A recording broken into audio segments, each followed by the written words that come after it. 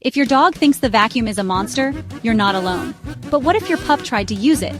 Let's find out. First up, brushing teeth. Meet Max, who thinks the toothbrush is either a chew toy or a weapon of mass destruction. Next, we've got Bella at the computer. She's, answering emails?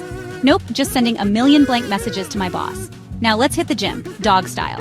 Charlie tries yoga and invents a new pose, downward-facing nap. And for lunch?